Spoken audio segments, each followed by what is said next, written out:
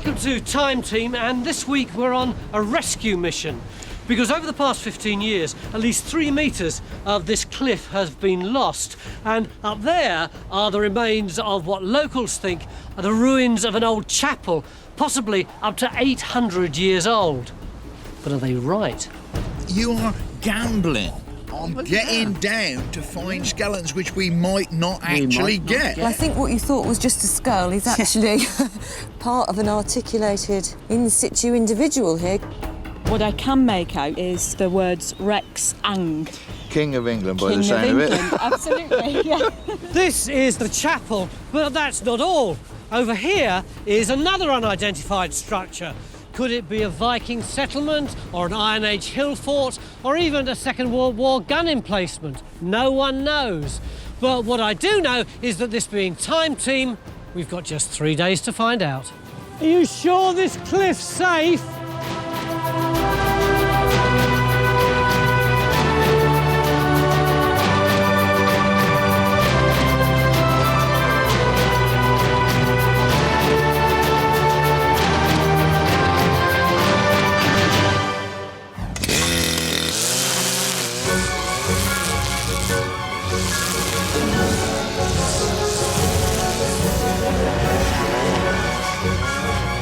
Come on, John, put your back into it. Don't fall down the cliff, will ya? As usual, the first job of the day is to get John and his team on the case with their geophysical wizardry. I can't see any obvious pitfalls on the site, so they've no excuse not to deliver. Hey up, John, this must be the perfect site for you. It's an absolute nightmare. Oh, come on. It's wide open, there's nobody about, there's no power lines, no trees. Fantastic. Wide open, it's about the size of a sixpence.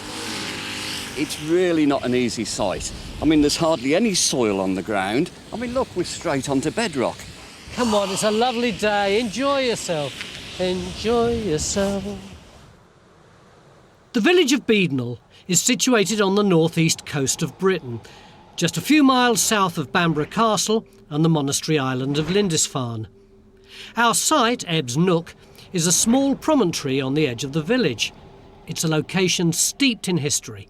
The question is, where best to start?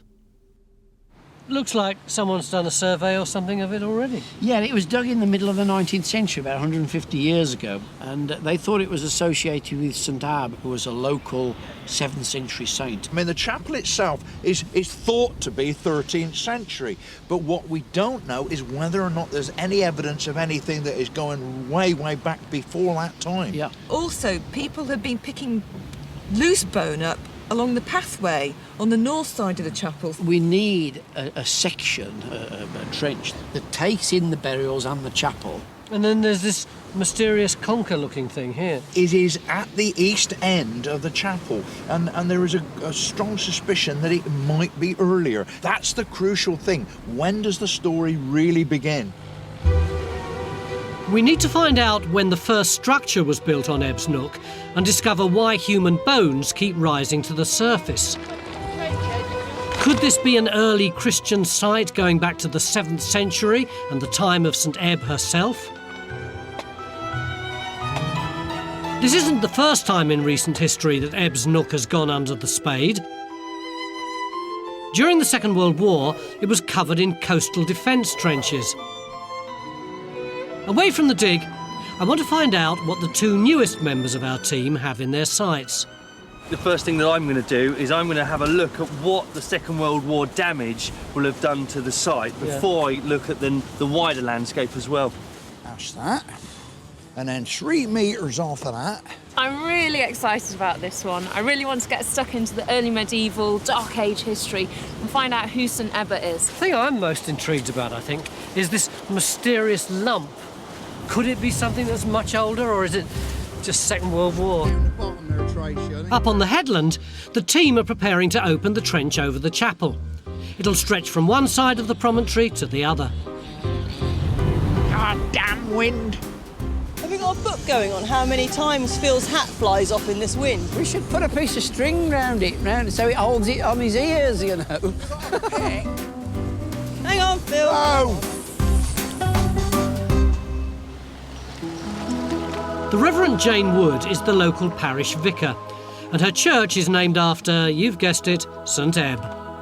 Mary Ann's keen to get some background information on the site. Jane, Oh, hi. good to meet you. Hello, good to meet you. How are you? How does this site, the parish church, relate to the chapel on the coast? Once a year on the 25th of August, which is St Ebb's Festival, the community all go down to the point, to the old chapel. We start off with a picnic, and that's all shared, and then we have a service, and it's quite a festival. Jane, what is it that you want us to find in the next 3 days? Well, one thing, we've found these bones have been coming to the surface, and various people have found them, which suggests there's a graveyard down there. And if there is, I'd like to know where it ends, how big it is, because obviously people are walking over there, and that's not a good idea. No. I've heard of tenacious grass. This stuff is just plain stubborn. We want to find out how old this chapel is, which means getting good dating evidence. But as it isn't a domestic site, we're unlikely to find pottery, so we're looking for architectural features, burials, anything that could give us that all-important information. That's looking really good. Have you found anything interesting from it yet? Oh yeah, fascinating. Oh, you're kidding me. Isn't it lovely? I've bagged it up so Wessex can wash it, but I love you. You know, I'm thinking, you know, maybe circa 87 or something like that. You know, you never know. While the rest of the team battle the wind, Alex, Mary Ann and Dr Sam Newton have found sanctuary in a nearby B&B. They're scouring the local maps and documents, hoping to find clues as to the age of our site. Unfortunately, the earliest reference I can find to a chapel on that site is from this map, which is 1707, and it's not particularly clear. Can you just make that out? That splash of red there. Oh, yeah, with a little cross next to it. Yeah, exactly. So that's giving us our earliest reference to a chapel, a religious focus on that site. Is that the first building that would have been on that site? It needn't have been a building to start with. It might have been a sort of outdoor, like a cross, a standing cross. The very fact we've got a dedication to a rare 7th century abbess, formidable in her own right, on this place alone suggests we've got something earlier. But again, we have to wait and see what archaeology can or cannot prove. So the documents weren't much help. The place name, Ebb's Nook, with its reference to St Ebb, could easily point to an early structure on the site, maybe a standing cross. Mick's doing a really important job. Pondering. When I first saw this, you see this square thing here, or this lump here? Yeah. You remember the site we did at Mull on the western coast of Scotland? Nah. No, you never know where we've been, do you? But there was a chapel, and out the east end was this thing called a lochta, which was like an outdoor shrine with a cross on it. Yeah. Right? And now this is in the same position. It might be something to do with that. But this could all be Second World War. So it could be, say, from when the Vikings were over here, but it could be from when the Yanks were over here. Indeed, yes. We'll dig a hole and find out. Mary Ann and the Reverend Jane are hot on the trail of the eponymous St Ebb. Sam, who was St Ebb?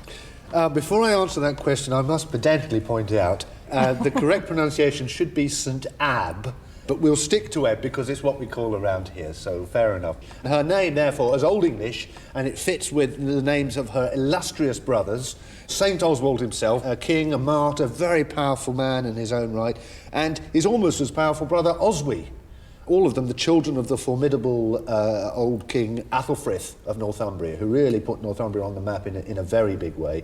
St Abb's descended from the old gods, just like her brothers, and so she's got an intrinsic sanctity in her blood. So, Sam, what was the role of women in the church at this time? In the 7th century, women clearly are playing a very big part in the church. St Ab is one of a series of what I would call formidable abbesses we see across the country at this time, part of the newly establishing religious allegiance of Christianity.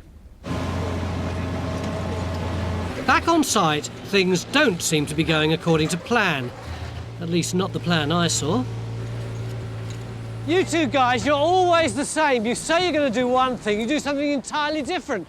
I was expecting a trench that started there, went all the way over there. What have we got this little stumpy thing? Yeah, well, while you've been having a kip and drinking a bottle of champagne or whatever else you've been doing while we've been out here, we've had a revised strategy. Yes, but we have done exactly what we said we were going to do. No, you haven't. You were going to put in a trench down there that went all the way over there. We haven't dug it there, health and safety. So what we've done is we've moved it and we've dug it over there where it's safe to dig it. So you've got the separate bit of this trench which you've magicked over to here. Yeah, You should be impressed with that. Health and safety. You keep saying health and safety, health and safety. What do you mean? cannot dig this close to the edge of the cliff. Oh, I see. So you're putting it in here. So we put it in there. Yeah. The rest of the trench is exactly as we said it was, going straight the way across the headland. That's a very silly hat. So you concede defeat again. Well, the archaeologists seem to know what they're doing with the chapel, but that's not the only reason we're here. For years, people have been finding human bones on this promontory, and sure enough, Jackie's spotted something lying just beneath the surface of the footpath. Wow, Jackie, what you got there? Well, it looks awfully like we've got a bit of somebody's arm. So you've got the two bones, the forearm, then when we get down the bottom here, you can just start to see those little bones of the wrist coming through there. So it looks like we've got our first in situ burial right in the middle of the footpath. You couldn't get more in the middle of the footpath, could you? We're going to have to close it off. I think we have, yes. That's going to be really useful. Excavating human remains is a painstakingly slow process, so the path will need to be closed off for the remainder of the dig.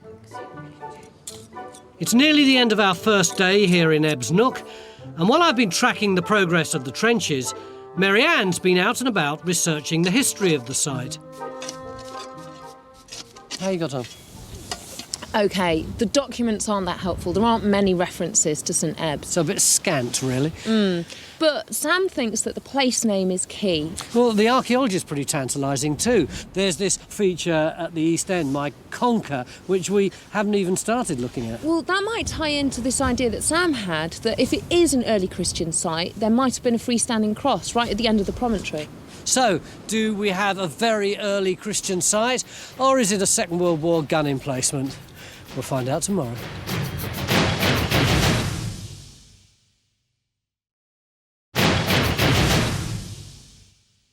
Beginning of day 2 here at beautiful Beadnell in Northumbria, where we're looking for evidence of a very early chapel dedicated to St Ebe, a local 7th century saint.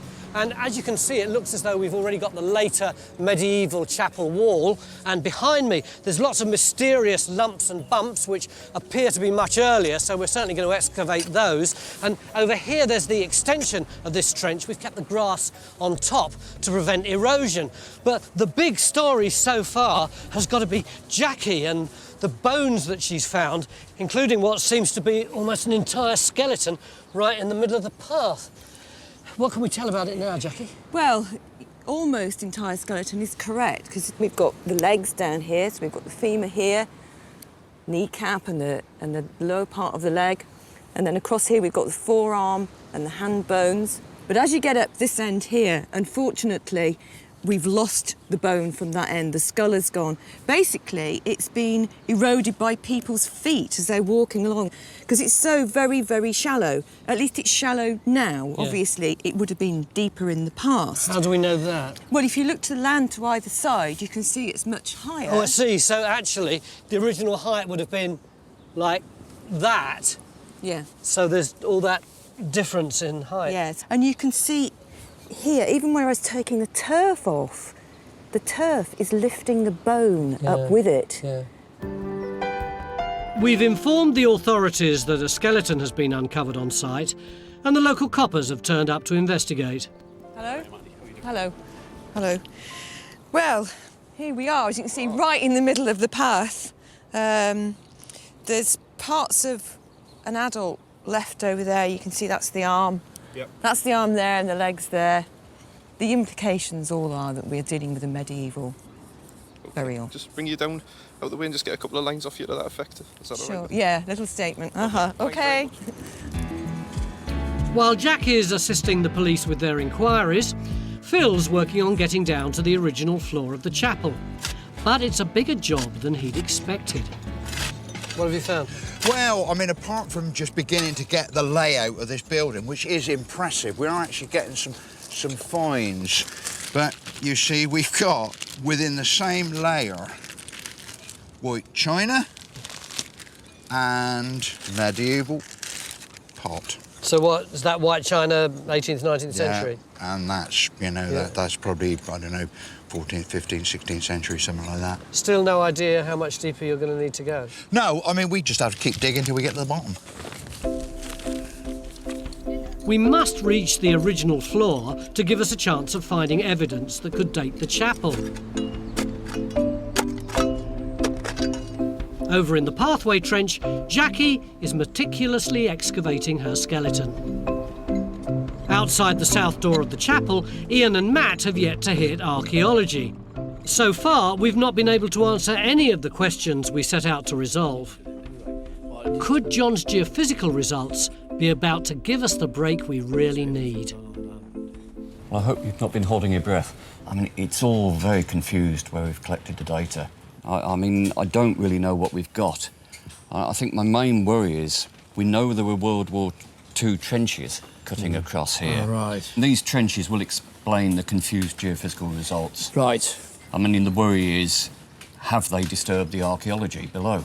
Well, we shall find that out, actually, because that bit there is actually going through where the doorways are into the chapel. That's the south door, then, the to south the chapel, doorway. Right. And it looks as though it misses that point of interest at the end of the chapel. And our results suggest that probably isn't modern.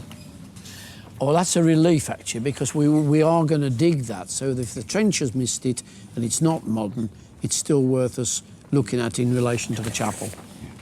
So the geophys didn't give us exactly what we were hoping for, but we did get some valuable information about the mysterious mound that I've been calling the Conker.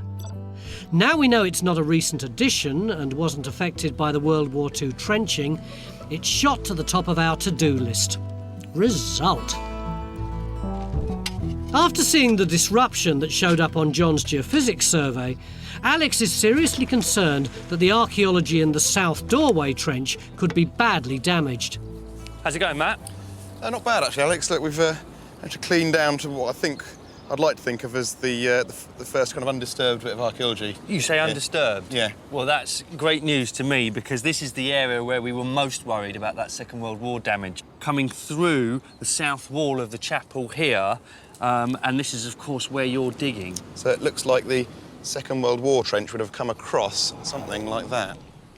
The only damage that we do have, actually, is from the 19th century antiquarians who appear to have found the burial over there. Right. Had a good look at it, a couple of bits of bone left over, so Second World War didn't really touch it. 19th century antiquarian, though, did a bit of damage, yeah. OK, well, I'll pop back later this afternoon to see how you get on. While Alex concentrates on the more recent history of the site, Marianne wants to go back in time to the 7th century, when St Ebb was alive. She's keen to find out how our site might fit into that early Christian coastline. Sam and Mick figure that an interactive lesson is probably the best solution. Personally, I think it's just an excuse to relive their childhoods. That is Bamborough Castle. Right, so we've now got all the early Anglo-Saxon royal centres. We've got Edinburgh that way, we've got Bamborough near us, we've got Lindisfarne, and then all the monasteries that get established in the 7th and 8th centuries along the coast. The red bucket represents Beadnell, where our site's located. We want to know if we can add it to this pattern of early Christian sites. You know, this is all established, say, from 650 right through to about 800. There's a golden age in Northumbria. Not only all these monasteries, but they're full of people producing these great manuscripts with illuminations and colour and so on. They've no reason to think that anything's going to happen. They're going to carry on as Northumbria for forever. And then something happens in... Yes, 793. Out of the blue, across the horizon, comes the attack of the Vikings. You mean literally out of the blue because it's the Vikings coming over the sea? Across the horizon. You see, the problem is the monks on there think that God is looking after them, and nobody can walk in and nick all the treasure and kill everybody. They think a bolt from heaven will come down and kill the perpetrators, but it doesn't happen. And these lot who are coming over the sea realise that there are these places full of treasure that are unfortified. So you can damage all those coastal monasteries as the Vikings raid them.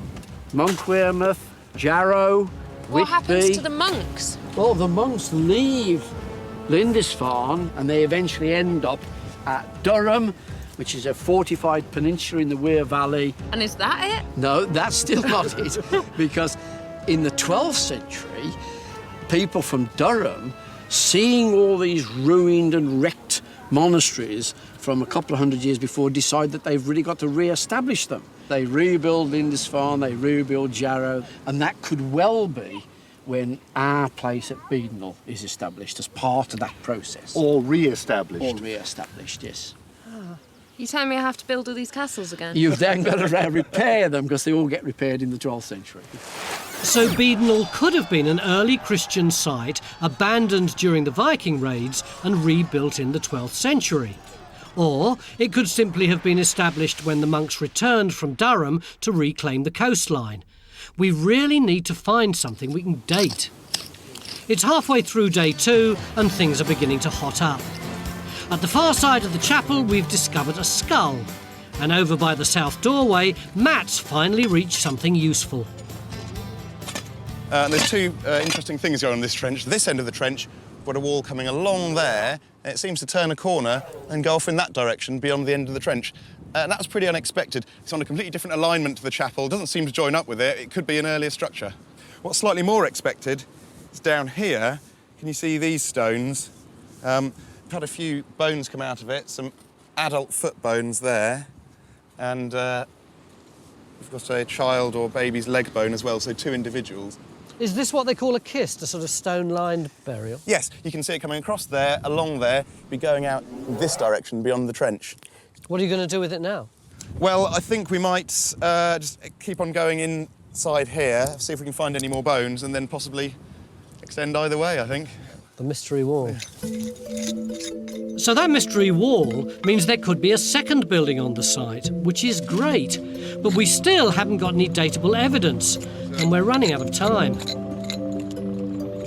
While the team are breaking their backs on the headland, Marianne's discovering why there were so many early Christian monks in the area. Is there something about this coast that drew them here particularly? Yes, there's a real pattern here in this northern landscape under these northern skies.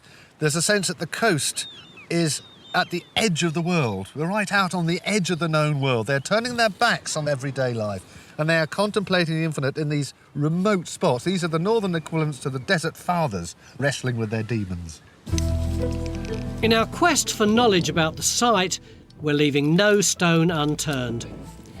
Alex has just been volunteered for the risky job of abseiling down the cliff face. We're keen to find out what he can discover from the layers of deposits crumbling into the sea. What can you see there? Well, we've definitely got archaeological deposits here. Yeah.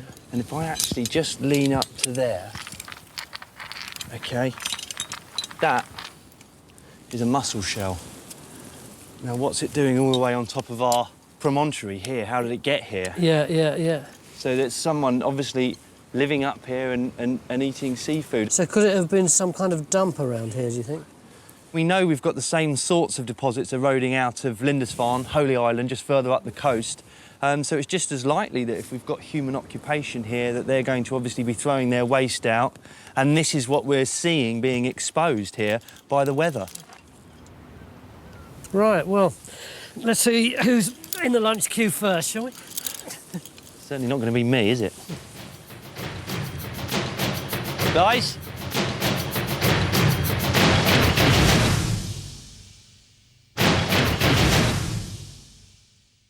Middle of day 2 here at Ebbs Nook in Northumbria, and we've got skeletons coming up all over the place. We've got really interesting walls and absolutely no dating evidence whatsoever. No, that's right. Not so far, no. But we always knew that was going to be a difficult thing to do. So what are we going to do? Well, we've had permission to take some of this stone wall away So where's the bit we're going to remove? Well, you see where Phil's green box is Yeah. there? It's the stones just beyond that. We're going to be able to take them down and go straight down. And hopefully we might find some kind of architectural feature in a particular style That's that right. we can at least date. Don't hold your breath, though. During the 7th and 8th centuries, this coastline was a hive of activity. Only 20 miles down the road on the island of Lindisfarne, the local monks created a priceless and unique work of art, one of Britain's greatest treasures, the Lindisfarne Gospels. Susan Moore is a professional calligrapher, an expert in using the original materials and techniques of the period. Isn't that amazing? The pages are made from calfskin vellum. So the calfskin is treated with lime, they take off the skin and the hair, and then it's scraped and sanded until it's a really nice surface to write on. Really better than paper, actually.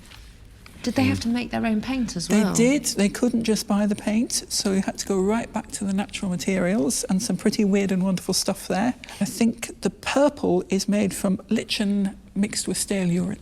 I'm going to have a go at Right. recreating one of these pages. What, with your a page help, like Sue. that? Well, I think I might start off with something a little more modest. OK. But Alex, I'm going to send you on a bit of a shopping trip. Our goal was to find out when the first structure was built on Ebbs Nook, and the Reverend Jane wants to know the extent of the burials. To answer those questions, we've dug 3 trenches: the Pathway Trench, the South Doorway Trench and the Chapel Trench. But as yet, none have produced the evidence we need. It's time to dig one more. This is the moment I've been waiting for. That's the chapel there, right?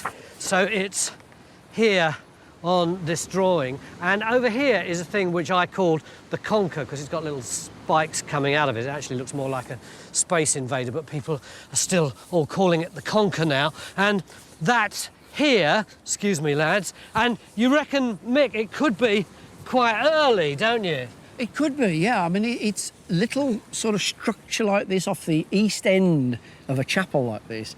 You know, you're thinking perhaps base for a cross or place for a shrine or something like that. On the other hand, it could be Second World War.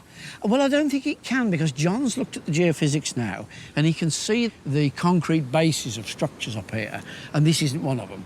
So if there ever was a little mound of stones with a cross on the top, then this would be the perfect place for it. That's what we're hoping. Keep your fingers crossed. Hello? Down in Trench 1, Phil has collared a willing pair of ears.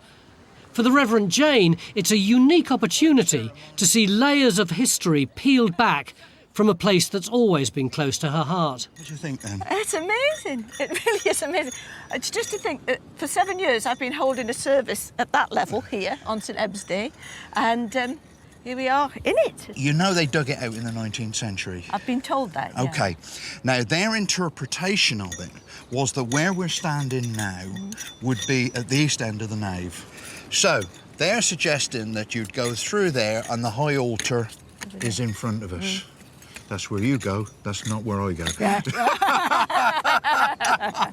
But if this was the nave and the chancel, you'd expect that it's all going to be built in one go. You look here, you've got a straight joint going all the way down there. If it was all in one phase, they would be, it'd be all knitted in together. And so what it looks like is that perhaps we've got 2 phases. That is later than this. That's good, because what it would mean is that the original chapel was literally a rectangle, very similar to what you'd expect in the early Christian chapels. Really? It seems likely that our building was constructed in 2 stages. The original was similar in shape to early Christian chapels, while the extended version was more like a type of structure built in the 12th century. The intrepid Alex has managed to track down the last items on Mary Ann's bizarre shopping list. Alex, what have you got me? Some seaweed here with lichen on.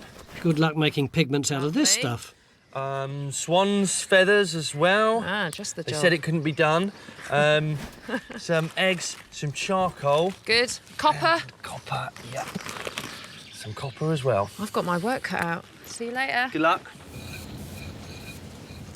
Cassie, this trench is in our mystery lump, isn't it? It is. Have you found anything yet? As soon as we've taken the turf off, we're pretty much immediately down on lots and lots of human bone. And what we're finding is we've got neonate, or actually probably slightly early babies buried. Neonate being? Newborn. Very, very tiny babies. I mean, this one You is... say babies in the plural? Yeah, we've got... Where are they?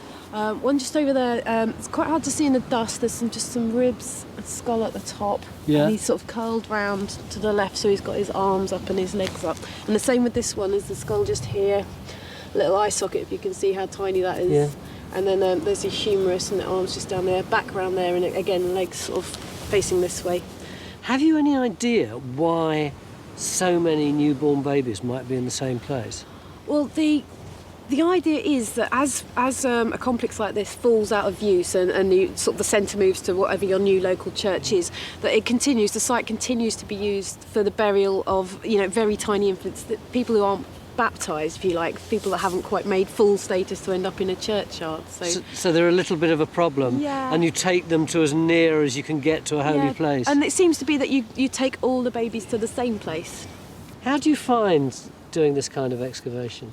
I should find it quite tricky. I think out of the people on site, I'm the soppiest when it comes to digging up tiny, well, you've got tiny little ones. kids, haven't you? I have, and it's when you see their fingers, and it's just like your little baby's fingers, and then they never really got to go. That's the trouble. When we came to Ebbs Nook, we didn't expect to find a cluster of baby burials outside the east end of the chapel. It's a poignant insight into the way the site has been used through the centuries. But it's also difficult for us, as each burial would take time to excavate.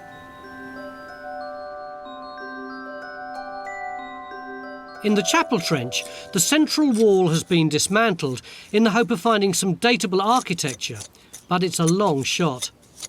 It looks like the only way we're going to be able to find out when this chapel was built is to find bone that we can radiocarbon date. Mary Ann's learning how to create the pigments that the 7th century monks would have used to produce the original Lindisfarne Gospels. Red particularly looks nice, makes it brighter and richer if we add an egg yolk to it. A regular chicken's egg? A regular chicken's egg. Come on, Delia. Oh. That's great. Oh. Yeah. There we go. And then we only need to add a little bit to this. Oops, I hope I haven't got too much. And I can mix that up. That's a gorgeous reddy orange colour. What colour does the lichen make? That makes a purple, but it's not just the lichen. You need to treat it. So it actually needs some urine on there. OK. I know who I'm going to ask for that. Well, down the pub tonight. No prizes for guessing who'll be asked to provide a specimen. We've come to the end of day 2, and it's time to face up to some hard decisions. When we came here, we set out to go as far back in time as we could on that site. Maybe even the time of St Ab. Yeah. Now, we've done fantastically well today, certainly in terms of skeletons. But the fact is that they're preventing us doing what we came here to do in the first place. I suppose our problem is, where can we get deepest into the site to get what might be the earliest material? Yeah, because if we dig up all those skeletons, it'll take forever. It'll take forever. It'll sort us off. So, I mean, I'm wondering whether we shouldn't pick certain of these trenches which will get us back to the deepest, the early stuff. Now we've established that there are burials all over the place, like you say, I think we should select separate ones for further examination. You're going to say different trenches, aren't you? Well, I knew you would. Where we should be digging is the ones where we can get enough radiocarbon samples to get firm dates to compare back to the chapel. Oh, we've got to do trench 5. We've got to do nothing of the sort. Look, there's no Knowing chance these two, this is one of those debates that's going to go on until closing time. But while they're agree about that one. finishing their argument up, there is one tiny thing I said I would do for Mary Ann this evening. Can I have a bit of privacy, please?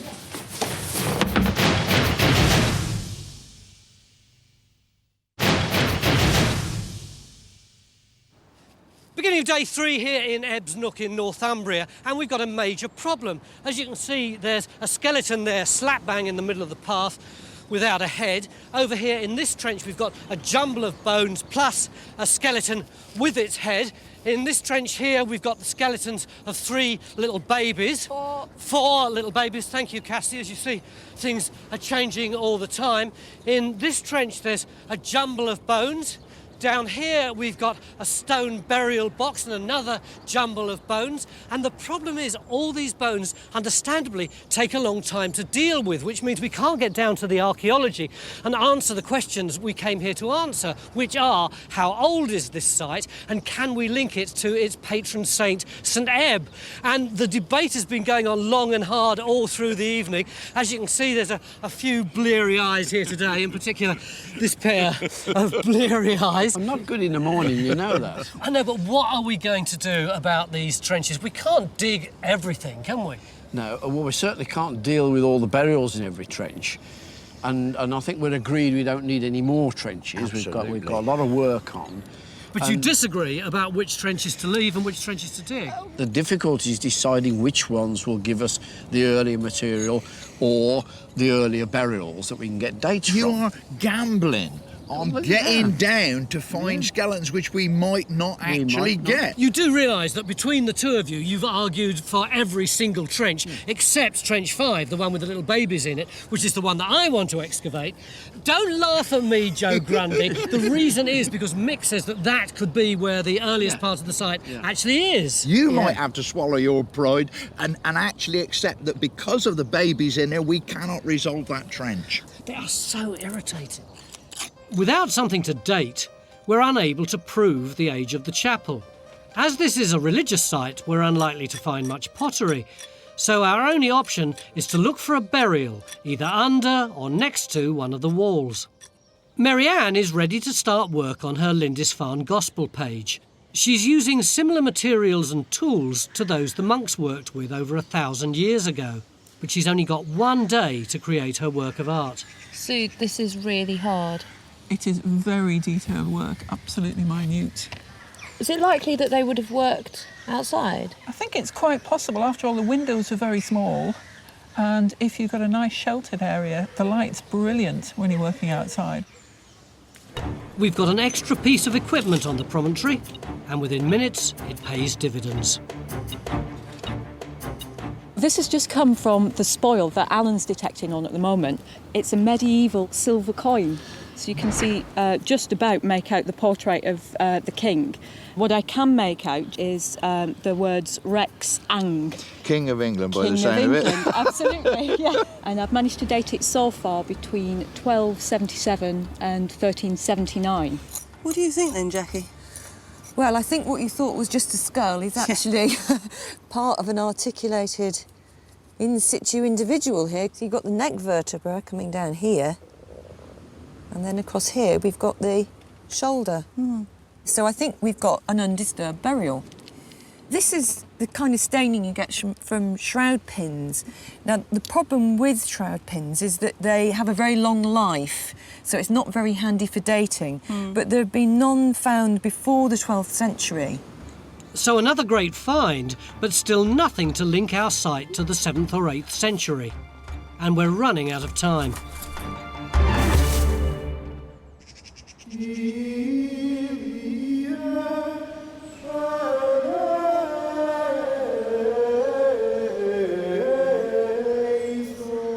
Can I try with the magnifying glass? Yes, of course, see if that helps. It's such fine work. Oh, that is better. Good. No reading glasses back then? No.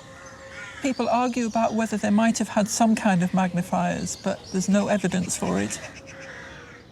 Since we've been digging this site, we've found plenty of skeletons, but none close enough to the chapel to allow us to date it. What we really need is a burial that's adjacent to or inside one of the exterior walls. In the southern doorway trench, the burials seem a bit like buses. You wait for ages, then 3 turn up at once. So what have you got then? I've got this chap here, and that's his skull, and his face is facing up that way, and that's the top of his humerus, so he's running that way. I've got the arm bones and the hand of another burial running through here like that. And then down here, I've got the pair of feet. What those bones are telling us, we've actually got now a skeleton which is going underneath the stone kist. That is very, very good, and we're beginning to get some idea of stratification. The lowest burial is of most interest. If it's still in its original resting place, it should give us a clue to when this site first came into use. If we can get some more bones from that pair of feet down there, we could get a radiocarbon date from this side of the chapel. Would be great. Oh, yeah. Roll on some abs. So what have you got here then, Emma? This is the 1940s. The topographical survey has been completed and it's revealed something rather intriguing. A piece of information that could tell us more about the later use of this site. This feature here. Now this is the thing, this is interesting me now. Have you got the World War II trenches there? Yep. What is interesting here is they break with this regular crenellation, don't they? Yep. When they hit this mound. I mean, they've either come across, well, I would have thought stone or no, something permanent that's caused them to go round it. That's like a raised platform that we can see there. I'm sure Mick will be interested in that. When the Lindisfarne Gospels were originally written, they'd have taken a skilled monk over 5 years to complete. It's astonishingly difficult, I was Jane. just going to ask you that. I think I've got a scribe's eye and scribe's finger, and I'm sure when I stand up, I'll have scribe's back. But you've done amazingly well. Oh, thank you. Absolutely beautiful. Could we have that for church, please? It'd be lovely, a real reminder of our time here. Of course. Things are really starting to come together now. Jackie has almost completed the excavation of the bones in the south doorway trench, and over at the side of the chapel, work has finished on the skeleton Tracy uncovered. 3 days ago, we set out to discover when the first structure was built on Ebbs Nook. It's finally time to give the Reverend Jane some answers. Great things have happened since yesterday, yes. But first, I want to tell you something about the site before the chapel was here. People were here before they even built the chapel. So how did you find that out? Well, you see, the evidence is in here. Can you see there? Yeah. There's a very dark layer. Okay. Now, that layer has got charcoal in it, and it's got evidence of where people were actually living. We've got it over in that hole over there. We've got it over here. And the foundations of the chapel cut through that dark layer. So that dark layer is earlier than the construction of the chapel. People were here. Who knows whether it's got anything to do with St. Abbs? It may do. We just don't know how old that is.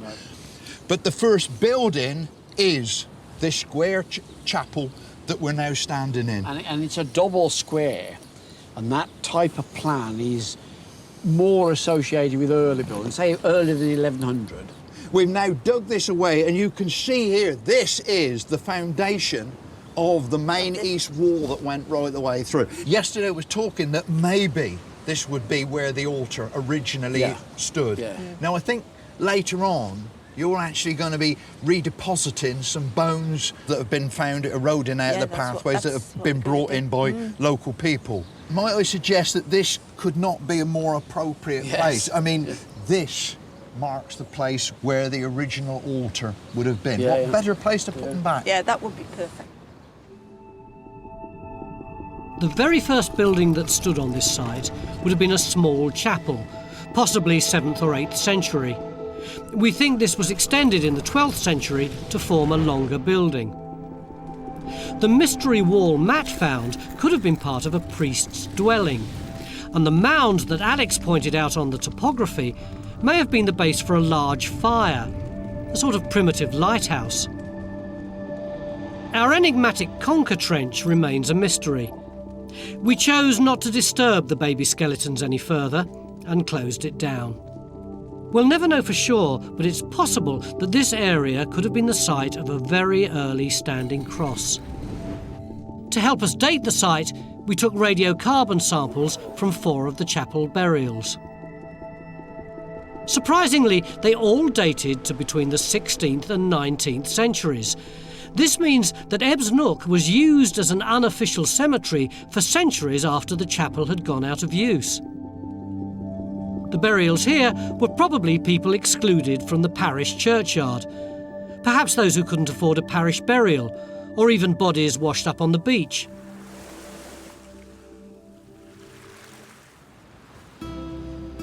At the end of our 3 days here on Ebbs Nook, there's just one thing left to do. Over the past few years, the community have been picking up bones from the site. Now it's time to return them to where they belong.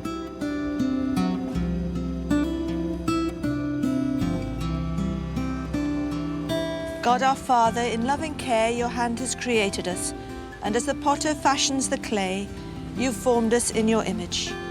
Through the Holy Spirit, you have breathed into us. However fascinating the chapel itself may be, it's this area of the site, the conker, that I've been continually drawn to over the last 3 days, although none of us could possibly have guessed the secret that would be revealed here. All these tiny little skeletons, babies whose mothers clearly wanted them to be buried in a church, but for some reason or other they couldn't. So instead they placed them somewhere they believed to be holy. And in doing so, they carried on the age-old tradition that Ebbs Nook is a sacred place. Hello, my name's John Gator. Time Team is fan-funded by Patreon. This vital support helps us to make new episodes. Joining Patreon gives you access to exclusive interviews, 3D models and masterclasses, plus lots more.